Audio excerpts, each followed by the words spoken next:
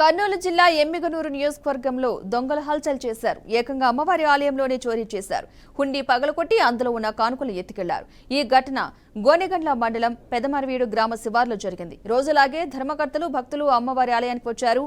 ఆలయం తలుపులు తెరిచి ఉండటంతో షాక్ అయ్యారు. వెంటనే పోలీసులకు ఫిర్యాదు చేశారు. ఈ ఘటనపై కేసు నమోదు చేసుకున్న పోలీసులు దర్యాప్తు చేపట్టారు.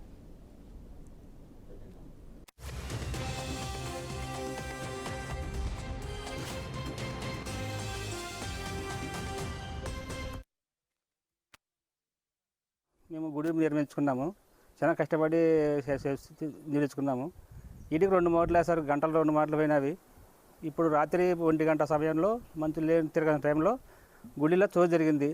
మేము పొద్దున వచ్చి చూసినాము. పొలాలకు వచ్చి మేము శనికి కరెంటు రాత్రి అయితే 2 గంటలకు వస్తున్నాం సార్. మేము వచ్చినాము. రాత్రి ఒక సెగలో చోరు జరిగింది. మేము చూసుకోలేదు. పొద్దున మరి 8 గంటల కరెంట్ వచ్చింది. మేము వచ్చినాము.